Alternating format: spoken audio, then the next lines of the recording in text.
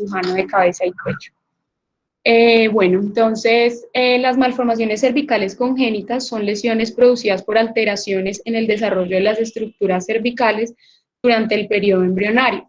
Dentro de las más frecuentes se encuentran el quiste tirogloso, las anomalías de los arcos branquiales, donde las anomalías del segundo arco branquial constituyen las malformaciones más frecuentes. En tercer lugar, los quistes epidermoides, y el día de hoy vamos a hablar también de las malformaciones linfáticas, de los quistes tímicos y algunas otras malformaciones, digamos, lo más frecuentes, que nos van a permitir, pues, llenarnos de herramientas en el momento del diagnóstico del paciente para que la tengamos como una opción como diagnóstico diferencial en las masas cervicales. Vamos a empezar entonces por el quiste tirogloso. El quiste tirogloso es una malformación de la línea media. Se dice que constituye el 66 al 72% de las anomalías congénitas cervicales, siendo la primera causa de masa cervical congénita y la segunda masa más frecuente en los niños después de las adenopatías inflamatorias. Lau, qué pena molestarte, pero es que la pantalla está como frozen, si no, no avanza la presentación, no estamos viendo la presentación. Solo vemos la primera página, pero no estamos viendo que se esté avanzando. Un segundo, porque no sé qué ocurre.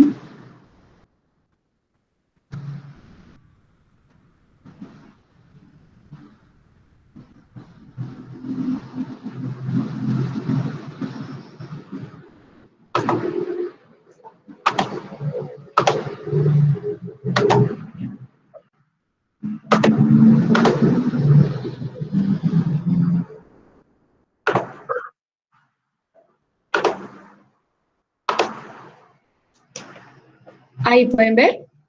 Sí, ahora se ve perfecto, gracias. Listo, qué pena con ustedes. Entonces, como les decía, constituyen dos tercios se diagnostican antes de los 30 años y más o menos el 50% se va a diagnosticar durante la primera década. Existe una distribución, digamos que igual para hombres y mujeres, sin predominio del sexo. Entonces, vamos a recordar un poquito la embriología. Esto nos va a permitir entender un poco más la fisiopatología del quiste tirogloso.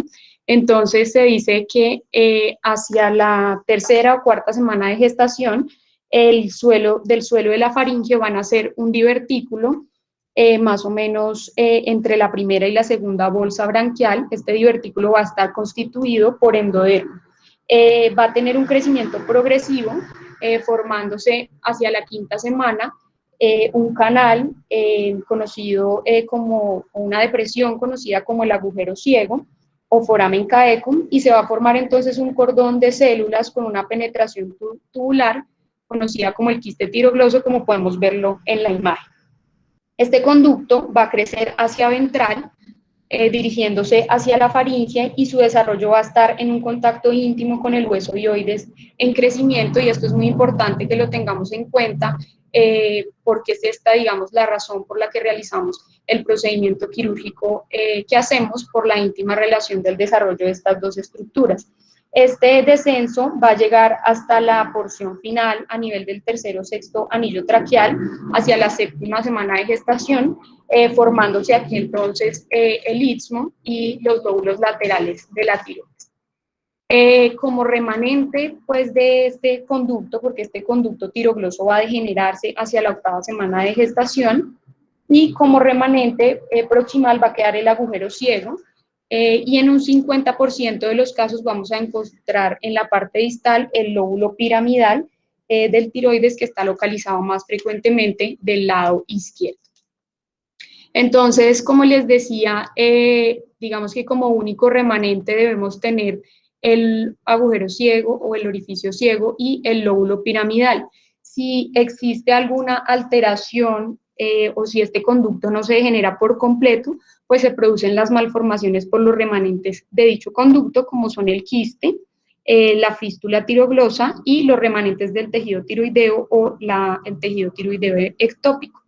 Entonces, la formación de la fístula, pues, es cuando no se va como reabsorber o degenerar este conducto del que les hablaba, Se dice que los quistes se producen porque quedan células tiroideas o epiteliales dentro del conducto que van a continuar con su secreción coloide o mucosa y formándose pues de esta manera el quiste. Acá vemos pues entonces una fotografía de la presentación del quiste tirogloso. Entonces, en cuanto a la clínica, más o menos el 75 a 95% de los casos se van a presentar como una masa ubicada en la línea media. Existen casos reportados de este tipo de lesiones fuera de la línea media, pero se producen en menos del 1% de los casos. Es una lesión redondeada que por lo general es asintomática y muchas veces pueden pasar inadvertidos hasta que se desarrollan complicaciones tales como la infección, la ruptura o la inflamación. Es muy importante realizar un adecuado examen físico en estos pacientes. Digamos que como característica de la lesión podemos encontrar que esta se moviliza con la deglución y como lo puse en la fotografía, va a ascender, la lesión asciende al protuir la lengua por la fijación que tiene al hioides y al foramen ciego. Y acá tenemos una fotografía, pues a veces son mucho más fáciles de diagnosticar cuando se presenta alguna complicación, como en este caso una fístula con signos de sobreinfección. Entonces, en cuanto a la ubicación de los quistes del conducto tirogloso, tenemos que estos pueden encontrarse en cualquier lugar del descenso de la tiroides durante su proceso de formación y encontramos quistes entonces intralinguales en el 3% de los casos. Podemos también tener quistes en la región suprayoidea o submentoniana, que se presentan más o menos en el 10 a 20% de los casos, en la región guioidea o a nivel del hueso guioides, que es la presentación más frecuente en el 65% de los casos, y en la región infrayoidea o subparaesternales en el 5 a 10% de los casos, como lo dice la clasificación de Shah respecto a la ubicación del quiste del conducto tirogloso. Y como les dije previamente, menos del 1% van a localizarse paramedianos o fuera de la línea media. El diagnóstico pues es evidentemente clínico, con un adecuado examen físico y una adecuada historia clínica. Podemos ayudarnos con otras imágenes diagnósticas como son la ecografía del cuello. Entonces en la ecografía vamos a evidenciar una lesión regular, por lo general aneicoica o hipoecoica, que tiene paredes muy delgadas que en ocasiones pueden ser imperceptibles y pues obviamente que va a estar en relación con el hueso hioides. Aquí en este corte transversal de la ecografía pues vemos esa imagen hipogénica, en algunas ocasiones pueden tener tabiques. Esta otra imagen, aquí vemos como si fuera pues inicialmente dos lesiones quísticas, se pensaba en el caso de la ecografía de este paciente, con el hioides aquí en la porción central, pero en el momento de la cirugía pues se dieron cuenta que se trataba de una lesión única, pero tenía una porción suprayoidea y una porción infrayoidea que hacía pensar que fueran dos lesiones. La ecografía también nos es muy útil en los casos de complicaciones, como vemos acá, vemos una lesión que tiene sus paredes engrosadas, esto por un proceso inflamatorio y además de que hay una alteración de la ecogenicidad de los tejidos adyacentes a la lesión, y la ecografía Doppler pues nos va a permitir ver un aumento de la trama vascular pues secundaria a la infección. Es muy importante en las ecografías que visualicemos la glándula tiroides. ¿Por qué? Porque se ha evidenciado que este puede ser un tejido ectópico en el 0.5 a 5% de los casos. Esto quiere decir que ese quiste tiroideo puede ser el único tejido tiroideo del paciente. Y si se hace necesario la resección, pues este paciente va a requerir una suplencia hormonal de manera permanente. Hay un artículo en el que hablan que más o menos en el 65 a 92% de los casos, cuando el cirujano solicita la ecografía y especifica que quiere ver la tiroides, se visualiza, y hasta el 50% de los casos en la que el cirujano no lo pide, pues no, digamos que no es reportado. Entonces es importante que tengamos en cuenta, sobre todo pues nosotros los cirujanos pediatras en formación, que en el momento de pedir la ecografía, pues no solo digamos que es en búsqueda o con sospecha diagnóstica de un quiste del conducto tirogloso, sino también pues en búsqueda de la glándula tiroides. En caso de que en la ecografía no se visualice la glándula tiroides, es importante realizar una gamografía tiroidea. Esta pues nos va a permitir descartar si este es el único tejido tiroideo del paciente y pues definir cuál va a ser el tratamiento. La laringoscopia directa nos puede servir en los casos de ubicación del quiste tirogloso intralingual, para, pues, digamos, ver directamente la lesión, la relación con los tejidos vecinos y, pues, definir el tratamiento quirúrgico. Otros estudios complementarios que pueden utilizarse son el TAC de cuello. Digamos, un estudio que es más ampliamente utilizado en los adultos. En los niños muchas veces con la clínica y el estudio ecográfico no es suficiente, pero pues si existe una duda diagnóstica puede realizarse también el TAC. Como vemos acá, hay una lesión bastante grande con una densidad líquida bien delimitada. Aquí podemos ver que hay un engrosamiento, un realce de las paredes por un proceso infeccioso adyacente. Acá vemos también otra lesión de menor tamaño. Acá vemos una lesión que está un poco más alta. Esta es suprayoidea. Acá vemos una lesión infrayoidea también con realce de sus paredes. Y como vemos acá, realce de sus paredes y aumento de la ecogenicidad, de la intensidad de los tejidos adyacentes, secundario pues a un proceso infeccioso. Entonces, dentro de las complicaciones más frecuentes, como lo he repetido en la charla, es la infección recurrente. Es muy importante que en el momento de la anamnesis del paciente investiguemos si ha tenido procesos infecciosos y además de esto, si ha requerido intervenciones quirúrgicas para el drenaje de esta infección, porque esto, pues, digamos, nos va a definir el pronóstico después de la cirugía, como lo vamos a ver más adelante. Se debe dar un tratamiento adecuado antes de la infección recurrente para proceder a la extirpación.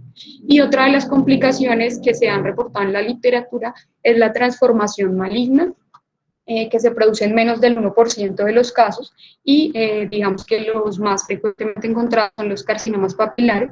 Es por esto que algunos autores abogan porque siempre se haga una resección quirúrgica cuando se diagnostica el quiste tiroideo.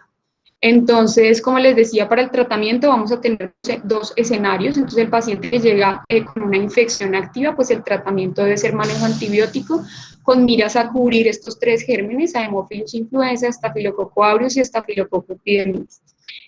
La mayoría de los artículos nos recomiendan evitar al máximo el drenaje. Como les decía, esto va a interferir con el pronóstico del paciente después de la cirugía. Sin embargo, pues en los casos en que se haga necesario, pues hay que realizarlo. Y la recomendación es hacer la intervención quirúrgica más o menos de 6 a 8 semanas después de realizar el tratamiento antibiótico para, pues, poder tener unos tejidos, digamos que más adecuados para el procedimiento quirúrgico. Y en los pacientes que se presentan sin infección, pues el tratamiento va a ser la cirugía electiva.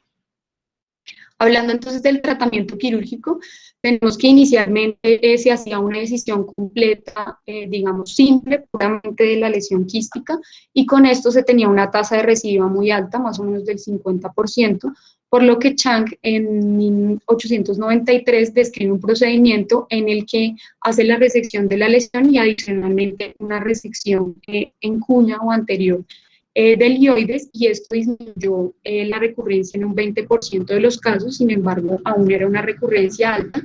Entonces, Sistrup describe pues su técnica en 1920, que es la técnica que utilizamos actualmente, que consiste en hacer una resección completa del quiste, una resección del conducto, una fistulectomía, una resección de la porción central del hueso hioides y adicionalmente hacer una ligadura del trayecto posterior hasta el foramen secum, con lo que se obtiene una recidiva inferior al 5%. Entonces, lo que nos describen ellos es que cuando hacemos la disección debemos evitar hacer la disección, digamos, puramente en la parte inferior del hioides, sino que debemos hacer la disección dirigiéndonos hacia la cara posterior del hueso hioides para poder llegar al foramen secum.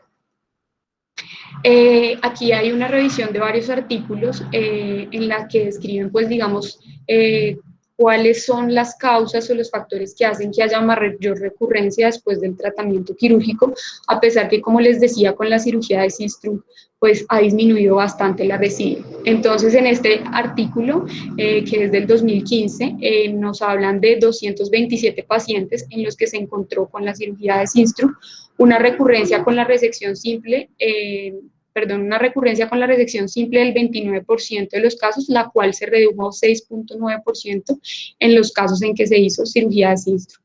Y en este artículo es en el que les hablo de que nos hacen énfasis de la ecografía preoperatoria para visualizar el tejido tiroideo. Y en este otro artículo, que es una revisión sistemática de la literatura realizada en Italia con una serie bastante grande, donde inician con 113 estudios y posterior a los criterios de inclusión o exclusión se finaliza con 16 estudios para un total de 1.233 pacientes. La revisión se hizo entre 1980 y 2012 y evaluaron diferentes técnicas quirúrgicas de la realización de la resección del quiste tirogloso y evaluaron la recurrencia, encontrando que la medida de recurrencia con los procedimientos en general era del 10%. Digamos que los factores que se asociaron a los factores de riesgo para la recurrencia más frecuentes fueron la reintervención y los episodios de infección, y encontraron pues la cirugía de Sistro como un factor protector. Entonces concluimos entonces que la falla en la resección completa puede ocasionar recurrencias en el 38 al 70% de los casos. La infección posoperatoria también nos aumenta la recurrencia, y la recurrencia en pacientes en que se hace reoperación es hasta del 20 a 35% de los casos. Bueno, de la otra patología que vamos a hablar el día de hoy es de la tiroides ectópica. Esta es un poco menos frecuente en su presentación. Se trata de un tejido tiroideo en una localización diferente a su posición normal pretraqueal. Tiene una prevalencia en la población en general de 1 por cada 100.000 a cada 300.000 personas y tiene predominio por el sexo femenino. Se dice que el pico de presentación es entre la tercera y cuarta década de la vida. Sin embargo, pues también se han evidenciado casos en niños, y pues se produce por una alteración en ese proceso de migración normal de la glándula tiroides que expliqué previamente. La mayoría de los pacientes son asintomáticos, algunos pueden cursar con un hipotiroidismo subclínico, y en muchos de los pacientes este es el tejido único funcionante. Esto se produce más o menos en el 70% de los casos. La localización más frecuente es en la lingual, en un 90% de los casos. Sin embargo, también podemos encontrar tejido tiroideo ectópico en la región cervical, sobre la línea media, subesternal, incluso intratraqueal o intralaringeo, y existen descritos algunos casos donde se produce como un sobredescenso de la glándula tiroides, encontrando tejido ectópico a nivel del mediastino, el tórax, e incluso hay algunos reportes de casos en la región abdominal a nivel del hígado y del páncreas. El diagnóstico pues debe hacerse con una exploración física, visualizando o palpando una masa o un tejido ectópico. Los estudios diagnósticos que nos van a ayudar va a ser la gammagrafía con tecnesio 99, que nos va a permitir identificar el tejido tiroideo ectópico, además de identificar si existe o no glándula tiroides. La ecografía de cuello y el TAC de cuello también nos permiten pues como enfocarnos al diagnóstico, y es necesario que hagamos pruebas de función tiroidea para evaluar pues, si el paciente es sintomático o asintomático. El ACAP no lo realizamos muy frecuentemente en los casos de los niños, sí se realiza un poco más en casos de adolescentes y adultos, con el fin de descartar que este tejido tiroideo ectópico no tenga ningún compromiso por cáncer. Entonces aquí en esta fotografía observamos una niña con una masa a nivel de la línea media. Al realizar la gammagrafía evidenciamos, como pueden ver acá, esta primera imagen la hacen con protección con plomo. Aquí en la segunda imagen a nivel de la masa pues se evidencia el tejido hipercaptante sin tener captación en ninguna otra área del cuello, y aquí lo hacen con un marcador sobre la masa y un marcador a nivel de supraesternal, y vemos que la captación es solo a nivel de la tiroides, es decir, que este es el único tejido tiroideo en la paciente. Aquí tenemos un TAC que nos permite visualizar también una tiroides ectópica, y esta está ubicada a nivel intralaríngeo. Y aquí en esta imagen vemos una gammagrafía donde el paciente tiene su tejido tiroideo normal, su tiroides normal, además del tejido tiroideo ectópico. Entonces, por eso es útil realizar este tipo de examen en este paciente. En cuanto al tratamiento, pues para los pacientes que son asintomáticos y tienen, digamos, lesiones de pequeño tamaño, podemos hacer un manejo conservador con una vigilancia periódica con pruebas de función tiroidea. Para aquellos pacientes que tienen síntomas leves, un tamaño moderado de la lesión, podemos dar un manejo médico de supresión tiroidea con levotiroxina o ablación tiroidea con yodo.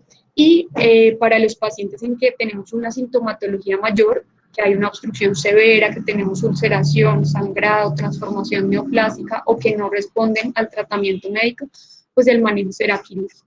Existe mucha controversia en cuanto al manejo de esta patología, pero pues creo yo que tenemos que individualizar los casos, y sobre todo en los niños, pues ya que no se trata de una cirugía que, digamos, no produzca ningún efecto adverso, y hay que pensar muy bien cuál es el paciente que vamos a llevar al tratamiento quirúrgico. La otra patología de la que vamos a hablar hoy son las anomalías de los arcos branquiales. Entonces, estas se producen por un defecto del cierre embriológico de las hendiduras branquiales, por vestigios o remanentes branquiales que son obliterados de forma incompleta y que pues van a manifestarse como un seno, una fístula o un quiste.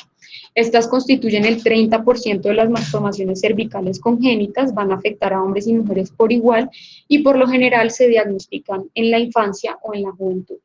Entonces, para recordar la embriología, hacia la cuarta semana de gestación van a desarrollarse en el embrión una serie de arcos, bolsas y hendiduras en la región del futuro cuello del embrión. Estas van a constituir el aparato branquial y forman parte del intestino anterior. Entonces, tenemos que hay 6 pares de arcos branquiales, hay 4 surcos o hendiduras, que estas son de origen ectodérmico, y van a estar como divididos o van a estar internamente 4 bolsas faríngeas que son de origen endodérmico. Como tiene, digamos, un componente endodérmico, mesodérmico y ectodérmico, entonces vamos a encontrar que estas van a dar origen a estructuras musculares, cartilaginosas, y cada bolsa va a tener, o cada arco va a tener su propio nervio y su propia arteria.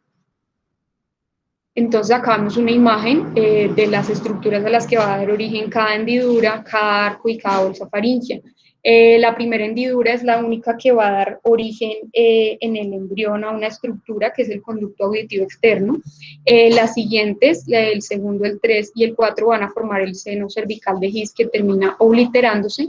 Acá están las estructuras a las que da origen los arcos y las bolsas faríngeas y cada una pues va a tener su nervio, el trigémino para el primer arco, que es el arco mandibular, el facial para el segundo arco, que es el arco dioideo, el glosofaríngeo para el tercer arco y el vago para el cuarto, y cada uno de estos nervios pues va, digamos, prestar inervación para cada una de las estructuras a las que se da origen.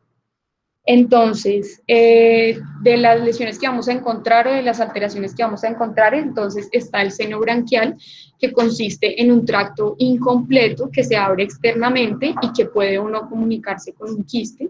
Las fístulas branquiales van a comunicar el interior con el exterior, generalmente la región bucofaríngea a nivel interno y pues la piel a nivel externo. Estas pueden ser diagnosticadas un poco más temprano, pues por la secreción que se produce a nivel de la fístula, y los quistes branquiales corresponden a la anomalía más frecuente y estos no van a poseer por sí mismos una comunicación interna o externa. El quiste branquial entonces se va a presentar como una protuberancia a nivel del borde anterior del esternocleidomastoideo.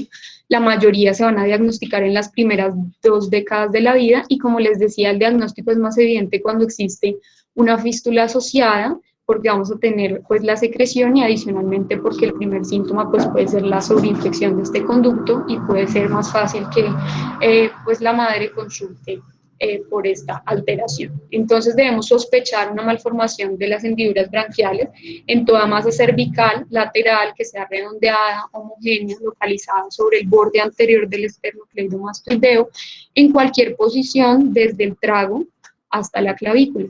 El origen más frecuente está a nivel del segundo arco branquial en el 90-95% de los casos, a nivel del primer arco en el 8% de los casos y en el tercer arco en el 2% de los casos.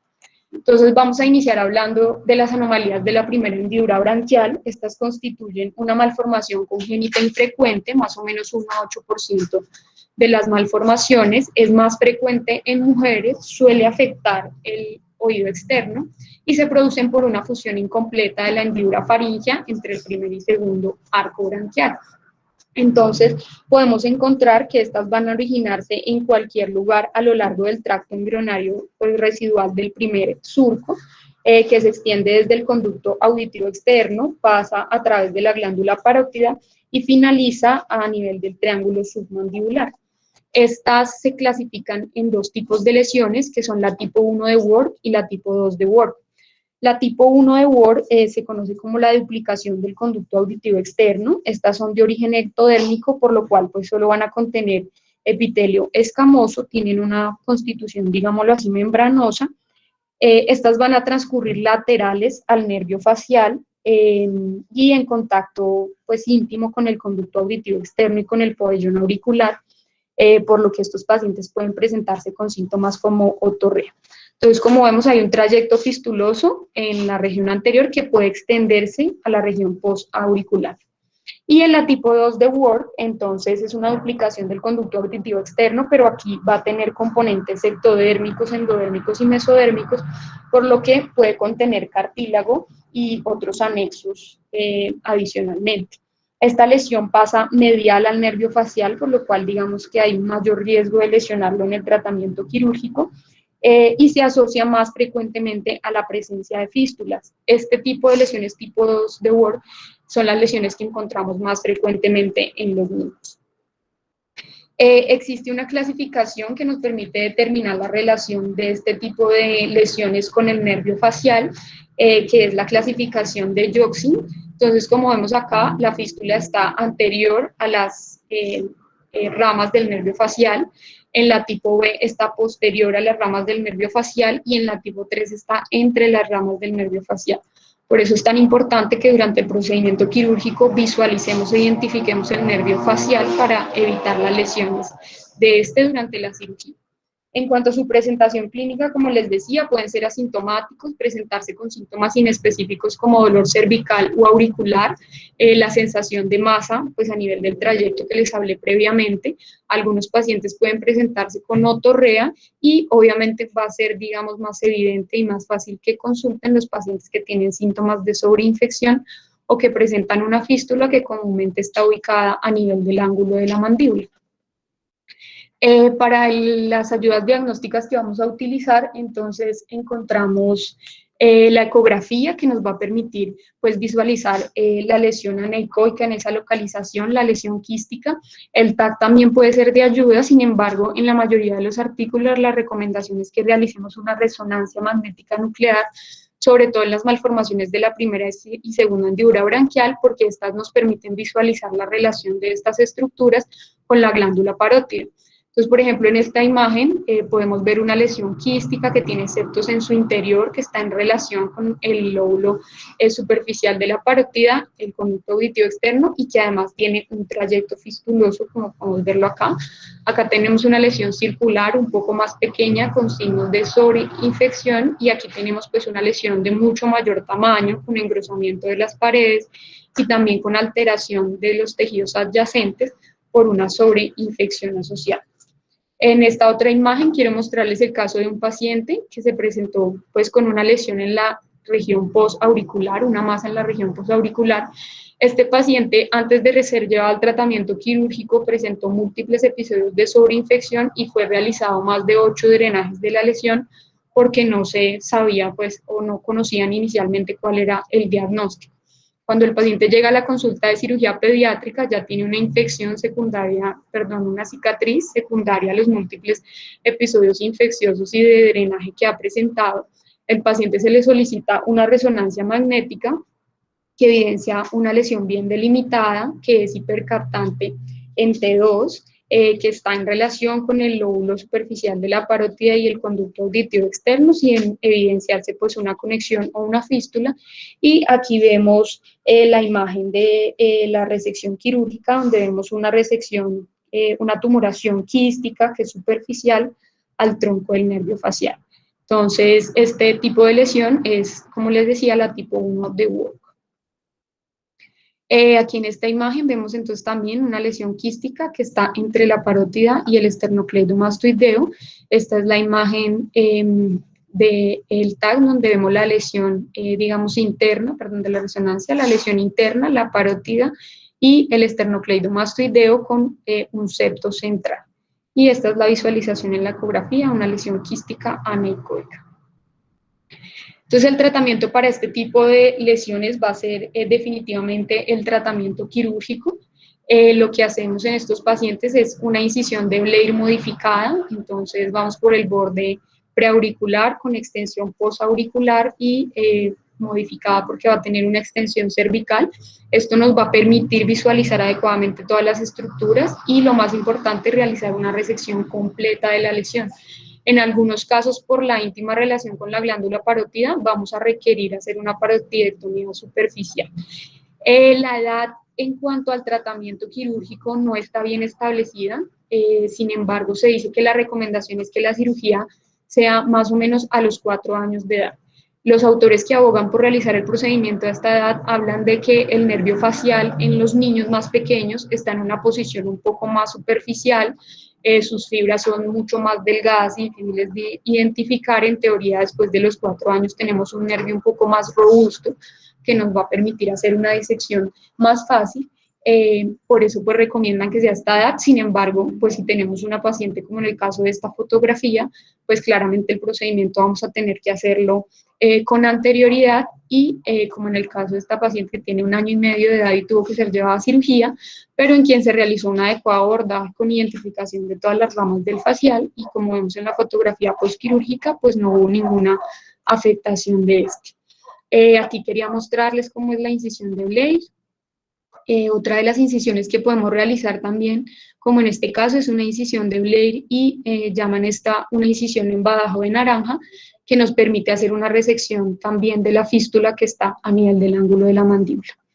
En algunos casos, como les decía, pues se puede requerir la parodontictomía superficial y además en algunos casos también recomienda la monitorización del nervio facial. Esto pues es muy controvertido, la mayoría de los artículos hablan de que debe utilizarse en los casos de reintervención porque la fibrosis pues no nos va a facilitar la identificación del nervio facial y también pues digamos en cirujanos que pues no tienen una experiencia muy alta, aunque pues esta patología como no es tan frecuente pues es difícil adquirir esta experiencia. Acá vemos una imagen donde podemos identificar muy bien las ramas del facial. Aquí en esta otra imagen vemos la incisión, se hace aquí monitoría de nervio, y aquí vemos el nervio facial saliendo del agujero estilomastoideo con sus ramas frontal, bucal y marginal, que es importante pues identificarlas para poder hacer la resección sin lesionar. Cuando hacemos una resección completa de la lesión, la residual se ha descrito en 3 a 10% de los casos y se dice que esta recidiva puede aumentar a un 20% en el caso de intervenciones previas o en pacientes que han tenido procesos infecciosos a repetición. Como les decía, las complicaciones inmediatas van a ser la lesión del nervio facial y las hemorragias, y las tardías, los hematomas y el síndrome de Frey por lesión de las fibras simpáticas.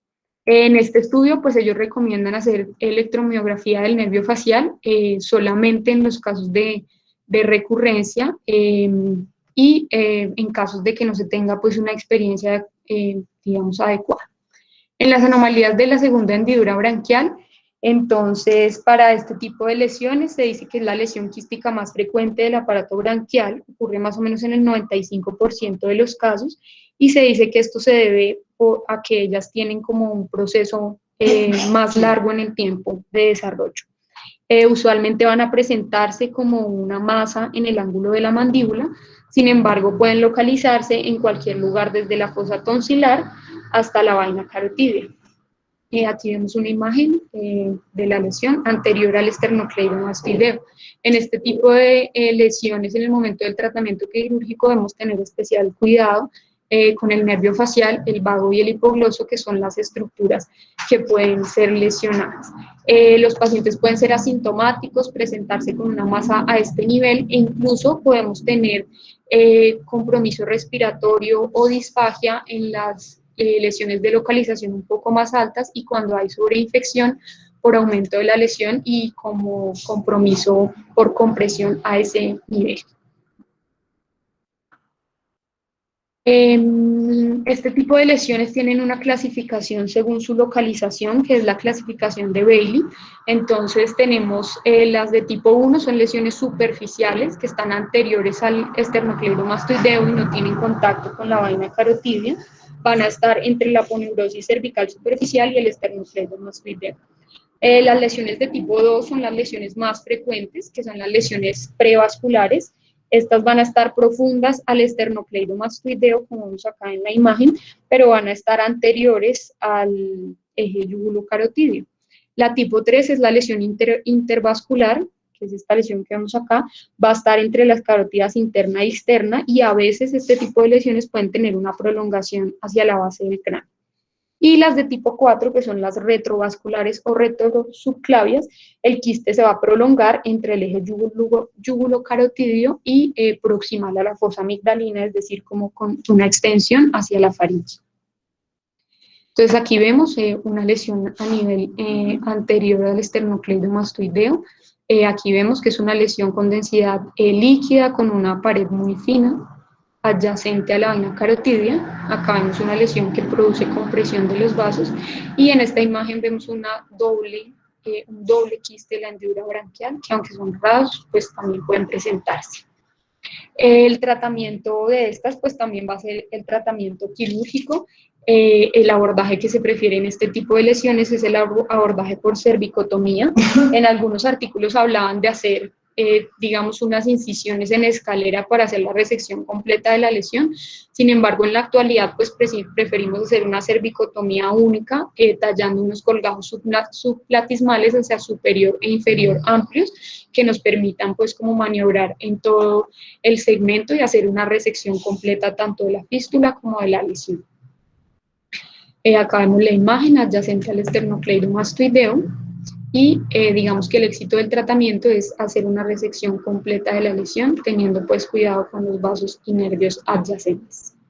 En cuanto a las anomalías de la tercera y la cuarta hendidura branquial, estas son anomalías poco frecuentes, se presentan en el 3% de los casos. Usualmente se presentan como un quiste unilocular de una pared fina que va a estar en el espacio cervical postero superior o en el cuello antero inferior. Se presentan más frecuentemente en la edad adulta que en los niños. Las del tercer arco se van a situar en la región tiroidea y en el seno piriforme. En el 90% de los casos de este tipo de lesiones van a estar en el lado izquierdo. Como se originan en el seno piriforme y atraviesan la membrana tiroidea, el síntoma de presentación de estos pacientes puede ser la tiroiditis. Por lo tanto, debemos sospechar en todo niño con una tiroiditis, una fístula pues, del seno piriforme. Como les decía, su presentación es rara e infrecuente, van a formarse a partir del seno piriforme en la hipofaringe y pueden contener tejido tímico o paratiroideo. Se presentan como abscesos cervicales, tiroiditis abscedada o incluso por su relación anatómica con el nervio laríngeo recurrente, pueden presentarse como disfonía. También pueden presentarse de forma quística o como una fístula, y pues se dice que son vestigios de la cuarta bolsa branquial que conectan la bucofaringe con la tiroides. La fístula de la tercera hendidura va a originarse en el borde anterior del esternocleidomastoideo, profundo a la carótida interna del nervio glosofaringeo, y como les decía, su infección puede resultar en una paresia del nervio progloso. Y las de la cuarta hendidura, estas van a partir del ápex del seno piriforme, van a ir profundas al nervio laríngeo superior y superficiales al nervio laríngeo recurrente. La del lado derecho va a pasar alrededor de la arteria subclavia y profundo a la carótida interna, y la del lado izquierdo va a dar la vuelta al callado aórtico, es decir, que van a tener la misma distribución o su trayecto va a ir en la misma distribución del nervio laríngeo recurrente. El diagnóstico de este tipo de lesiones, pues podemos encontrarlas o visualizarlas con una endoscopia, con un valor predictivo positivo del 90% de los casos. Es útil realizar un TAC contrastado también, que nos va a permitir un diagnóstico en el 88% de los casos.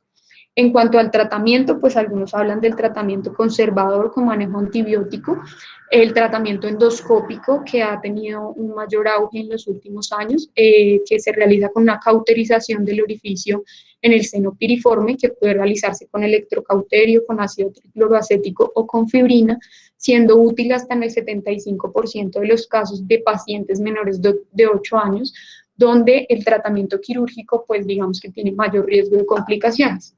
Y el tratamiento quirúrgico definitivo, pues es la decisión completa de con una fistulectomía y una hemitiroidectomía, lo que va a evitar pues, la recidiva de este tipo de lesiones. Otra de las malformaciones de las que quiero hablar el día de hoy es la hendidura cervical de la línea media. Estas van a estar presentes al nacer, es un defecto del desarrollo de la región anterior del cuello y constituyen el 2% de las malformaciones cervicales congénitas, son poco frecuentes. Vamos a visualizar una ulceración cutánea en la parte inferior y anterior del cuello sobre la línea media, y estas se producen por una fusión incompleta en la línea media del primer y el segundo arco branquial. Su etiopatogenia es desconocida, sin embargo, se caracteriza por una lesión que tiene como 4 componentes principales, digámoslo así: una zona cicatricial, un cordón fibroso subcutáneo, va a tener un seno caudal y un mamelón cutáneo. Pueden contener restos de cartílago y pueden incluso tener fístulas hacia el esternón y hacia la mandíbula. Se cree que la tracción que puede producir este tipo de lesiones sobre una mandíbula que está en formación, pues puede conducir a malformaciones tales como exostosis, micrognatia o hendiduras mandibulares, por lo que este tipo de lesiones requiere un tratamiento quirúrgico temprano. El tratamiento de estas lesiones pues va a ser la decisión completa de la lesión y una reconstrucción con una setaplastia para evitar que la retracción vertical de la herida pues nos produzca un defecto estético y mayores malformaciones. Otra de las patologías que quiero mencionar el día de hoy son los quistes tímicos. El timo entonces se origina a partir de la tercera bolsa faríngea a ambos lados del cuello y va a elongarse hacia caudal formando los conductos timofaríngeos. Más o menos hacia la 8ª semana de gestación, estos se fusionan sobre la línea media por debajo de la glándula tiroides y va a descender hacia el tórax. Y en la 9ª semana alcanzan, digamos, su posición final en el mediastino anterior.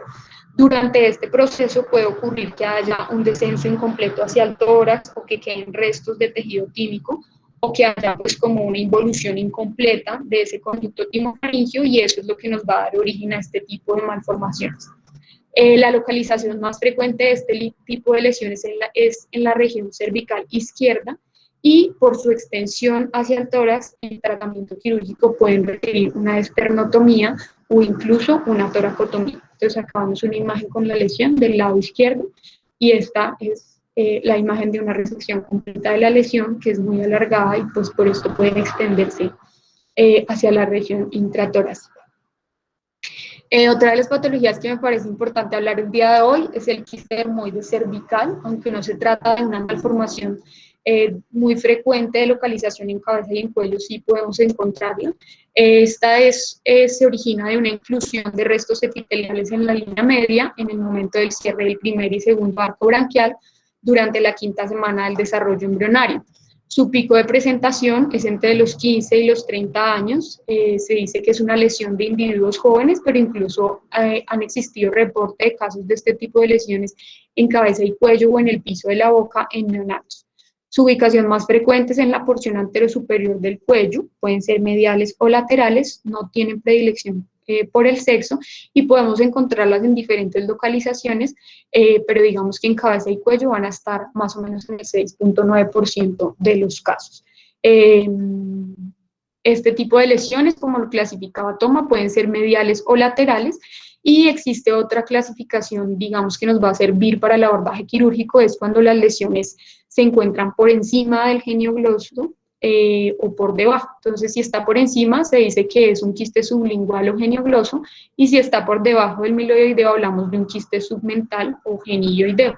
Se trata de una masa que es móvil, por lo general es indolora, tiene crecimiento lento, puede no tener pues, ninguna sintomatología, o en caso de que la lesión tenga un crecimiento hacia sublingual, pues podemos tener alteraciones de la fonación o la deglución, y algo que es característico de este tipo de lesiones y que nos permite diferenciarlas del quiste tirogloso es que no van a movilizarse con la protrusión de la lengua. O sea, acá vemos un paciente donde se ve como un aumento del diámetro o un edema a nivel de la región submentoniana, y aquí vemos que se trata de una lesión pareciera de tipo quístico, pero un poco más ecogénica, de paredes medianamente gruesas.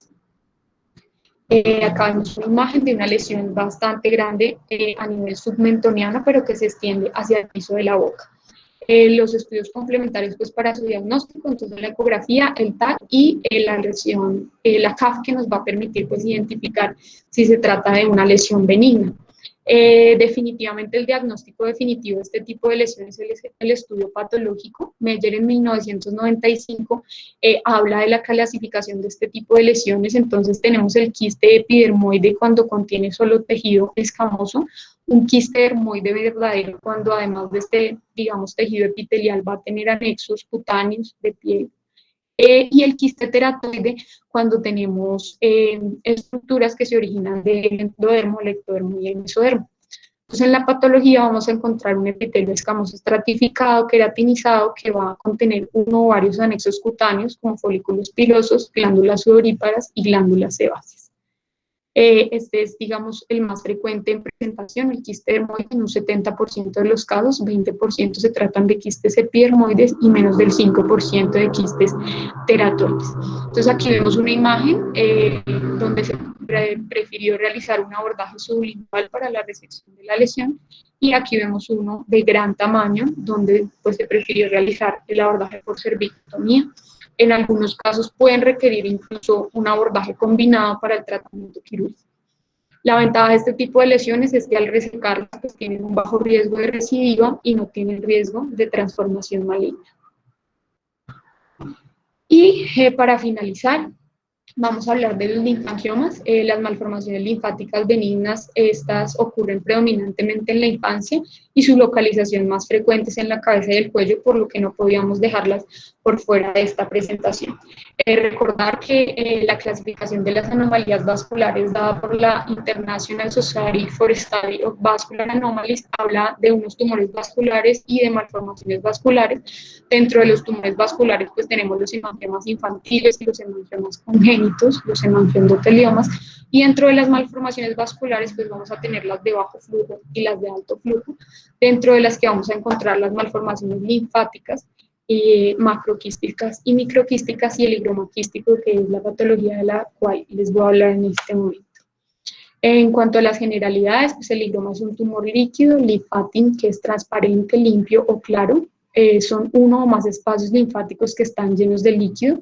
La primera descripción se hizo en el siglo XIX por Wenger, y se dice que son el 6% de las lesiones benignas de la infancia, pero el higroma quístico pues, es la malformación linfática más frecuente.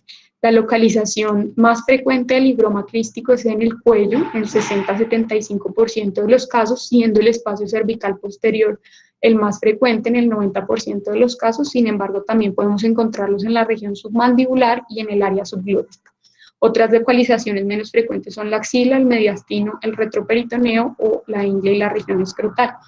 Se presentan en 1 de cada 50.000 recién nacidos vivos y están asociados comúnmente a aneuploidías cromosómicas, hidropesia fetal y en algunos casos a muerte fetal intrauterina.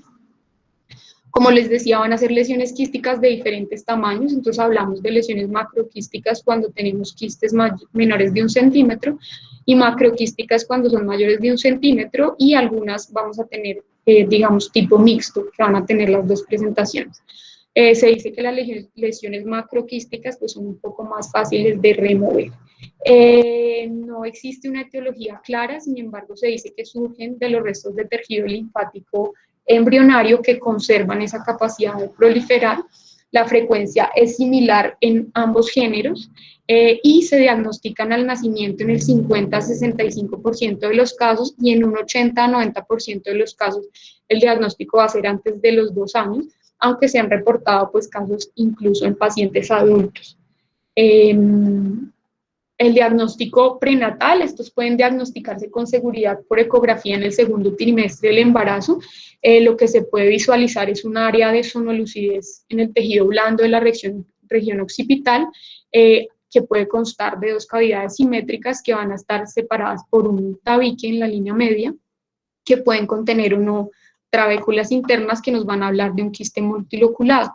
Dentro de las, digamos, hallazgos ecográficos se habla que cuando hay un espesor de este higroma quístico mayor a 6 milímetros va a empeorar el pronóstico.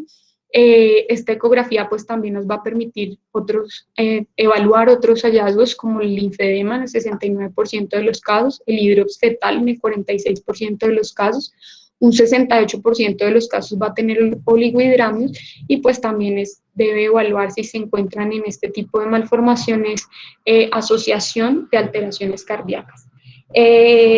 Existe pues también descrito el tratamiento de manera intrauterina cuando se hace el diagnóstico en lesiones muy grandes y también en lesiones que son de localización anterior, porque estas van a producir una mayor compresión de estructuras de la vía aérea que van a ser, digamos, mortales para el feto. Entonces, en algunos casos se ha descrito la escleroterapia intrauterina.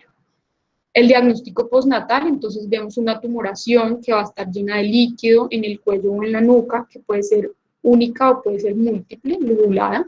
Es blanda, por lo general no dolorosa, es translúcida y va a tener una piel que lo recubre, que puede ser muy delgada o incluso puede tener cambios de coloración. Estas van a tener un crecimiento lento pero progresivo durante el primer año de vida, y cuando son lesiones demasiado grandes, pues pueden presentarse como complicación la dificultad respiratoria, la disfagia o presentarse con llanto disfónico, y en algunos casos pues puede requerir la intubación endotraqueal. Incluso en algunos pacientes se realiza cesárea y técnica Similexit para la intubación del paciente y evitar las complicaciones.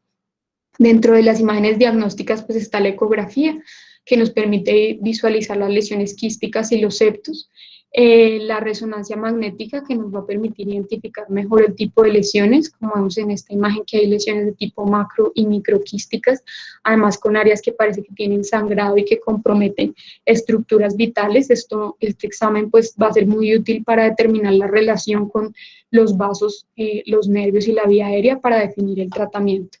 Es recomendable que en este tipo de lesiones pidamos el TAC no solamente de cuello, sino también de la región torácica, porque la lesión que vemos puede ser simplemente el iceberg, la punta del iceberg, y extenderse hacia la región torácica.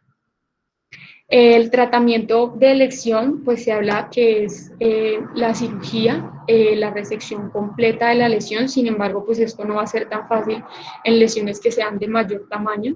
Está recomendada la cirugía entre los 4 y los 12 meses de edad en pacientes asintomáticos o antes en caso de complicaciones.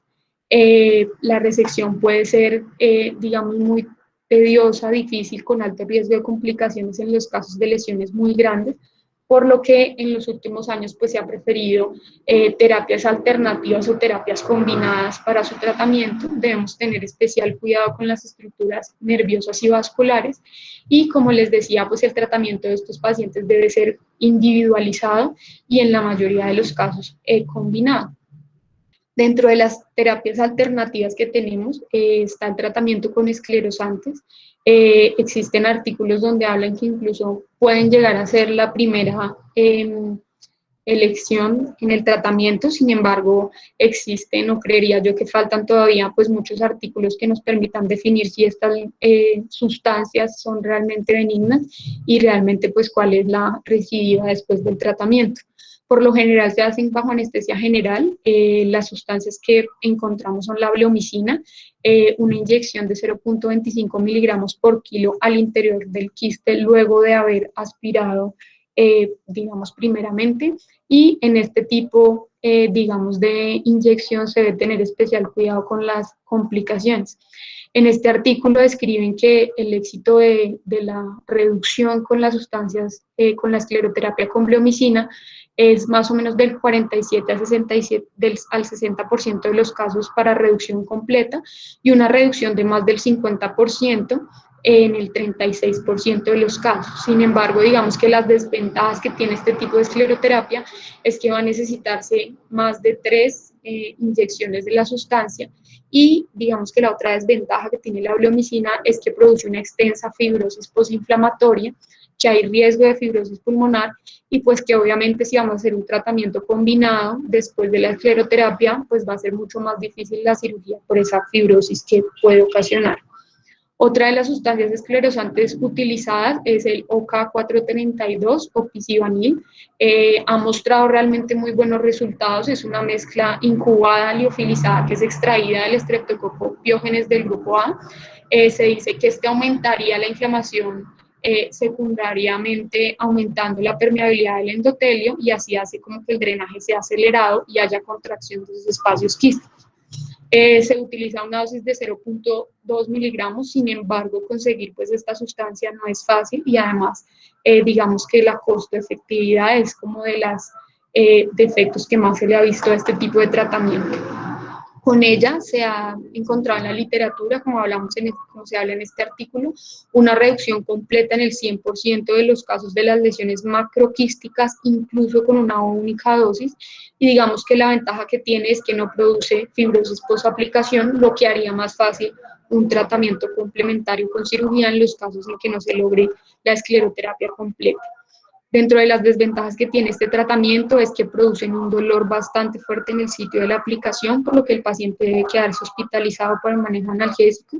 Pueden producir taquicardia transitoria y edema, y como es una sustancia que, digamos, se lleva a medio antibiótico con penicilina, pues los pacientes que sean alérgicos a la penicilina pueden presentar anafilaxia. Como vemos en esta imagen, había una lesión bastante grande y posterior al tratamiento, pues hay una reducción prácticamente completa de la lesión. Dentro de otras terapias alternativas encontramos el sirolimus, que está descrito pues últimamente en los artículos. Se trata de una sustancia que se utilizaba previamente como inhibidor inmunomodulador en los pacientes con trasplante. Este se une con avidez al mTOR y va a desactivar la quinasa P7066, lo que produce como una disminución del factor de crecimiento endotelial vascular C, y esto regula la linfangiogénesis y la angiogénesis, por lo que se utiliza también en el tratamiento de hemangiomas.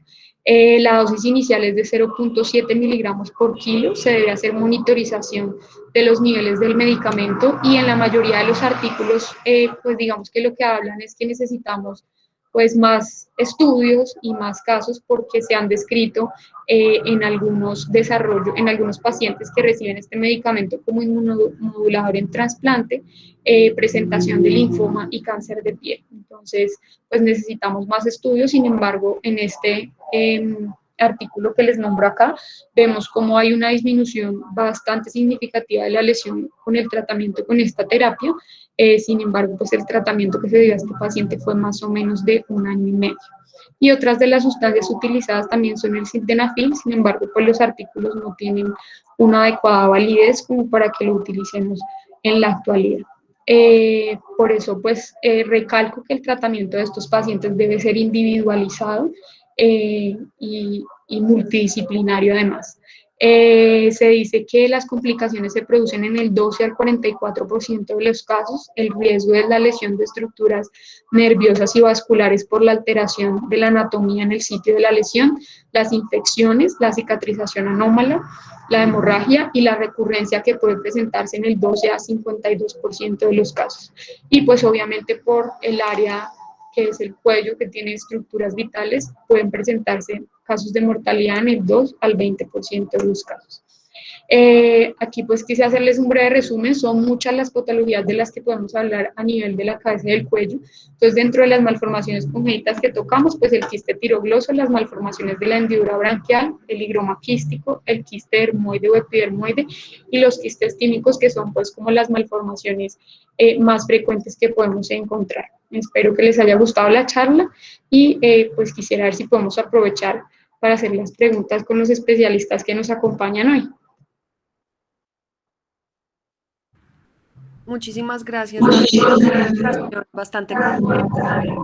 Quisiera invitar al doctor Ferrero, que por favor, si nos quiere acompañar dando algunos comentarios adicionales, y por favor a todo el público, si tiene alguna pregunta, por favor, este es el momento para hacerlas. Bueno, buenas noches a todos. Muchas gracias por la invitación.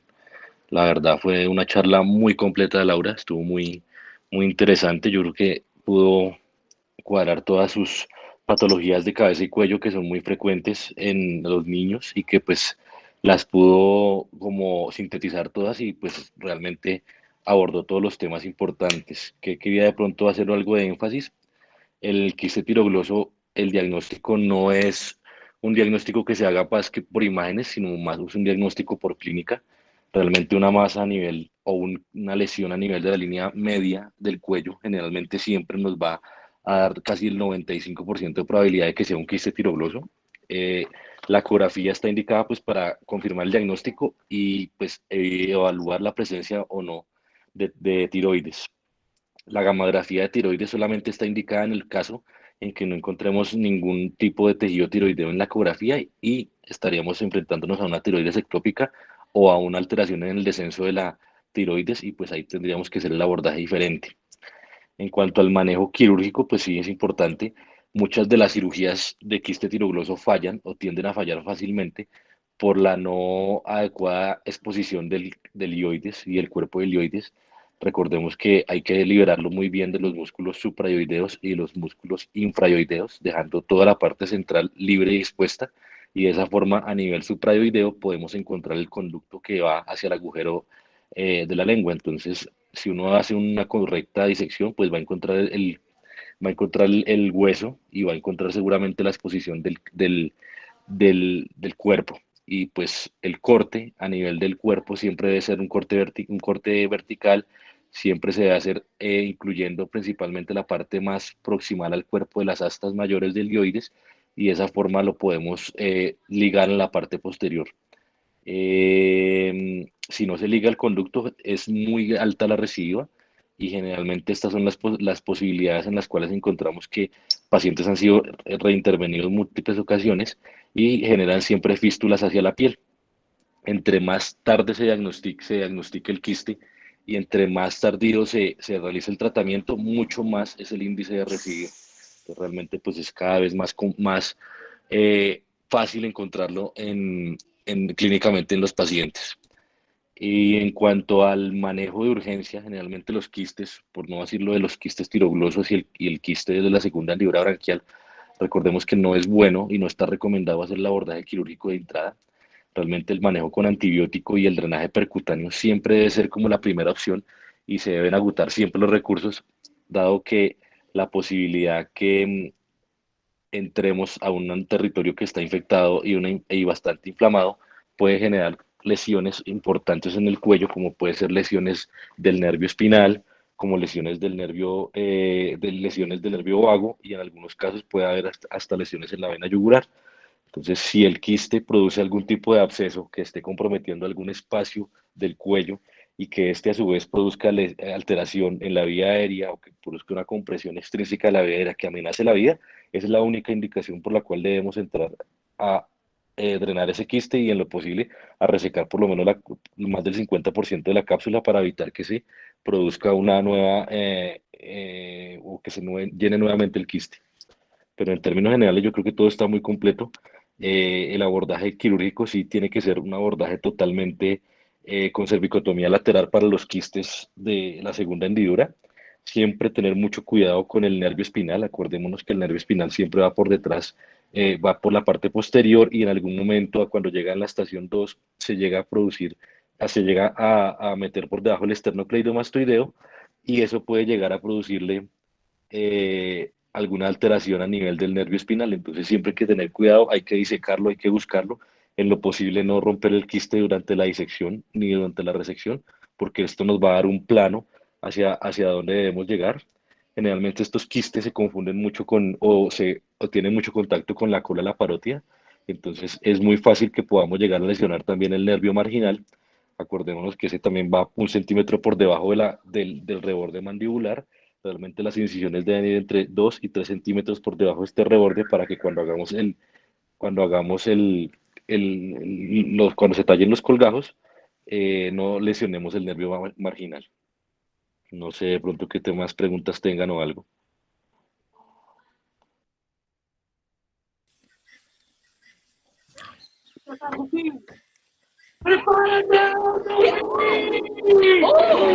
Pedimos excusas por la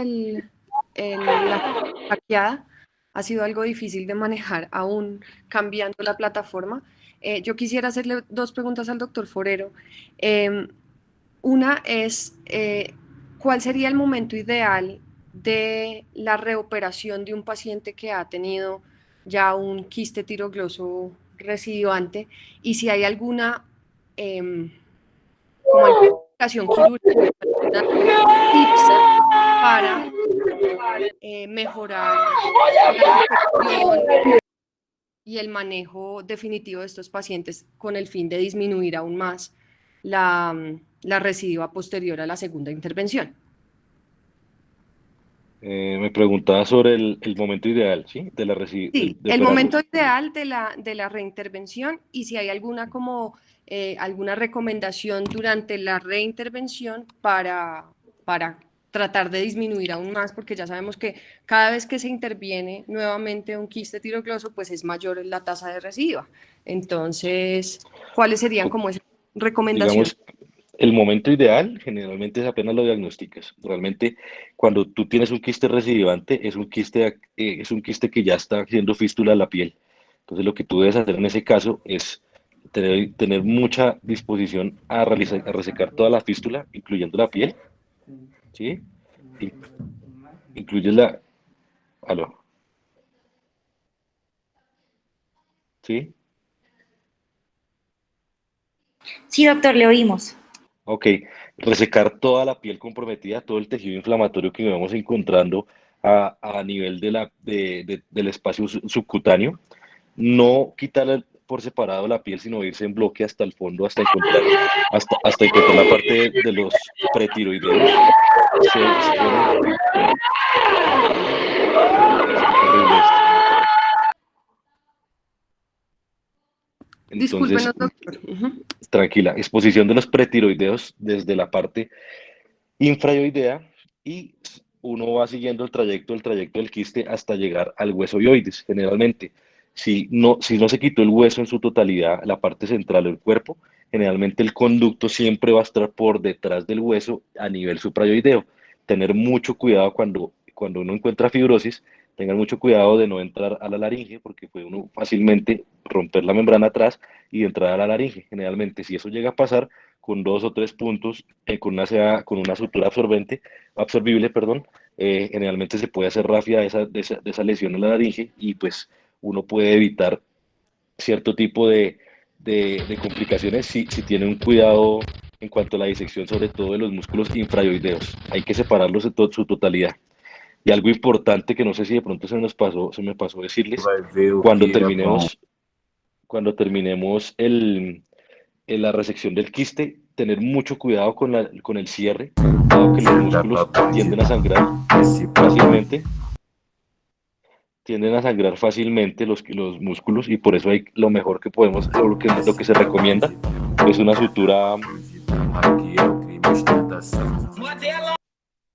es una sutura con sutura absorbible, el continuo cruzado de todos los músculos supra e infraoideos para evitar el resangrado. Pero generalmente siempre hay que tener cuidado en las reintervenciones y llegar siempre hasta el hueso, porque es la única forma de asegurar que no, la única forma de asegurar que el quiste no recibe. Muchas gracias, doctor. ¿Alguna otra pregunta en el público?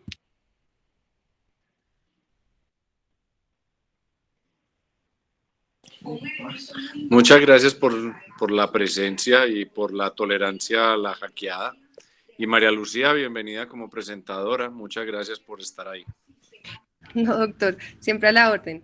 Quisiera, pues si no hay ninguna intervención adicional, quisiera invitarlos a todos a que nos sigan acompañando en la Cátedra Lorencita Villegas de Santos. El próximo jueves vamos a tratar el tema sobre trauma pancreático para que por favor todos los que se puedan conectar nos puedan acompañar. Si no hay ninguna otra intervención, a todos feliz tarde y Laura, muchas gracias por la presentación bastante completa y al doctor Forero, mil gracias por acompañarnos y discúlpenos la hackeada y los errores ahí en el sistema. No, muchas gracias a ustedes por la invitación y espero haya sido muy bueno, muy provechosa la charla. Muchísimas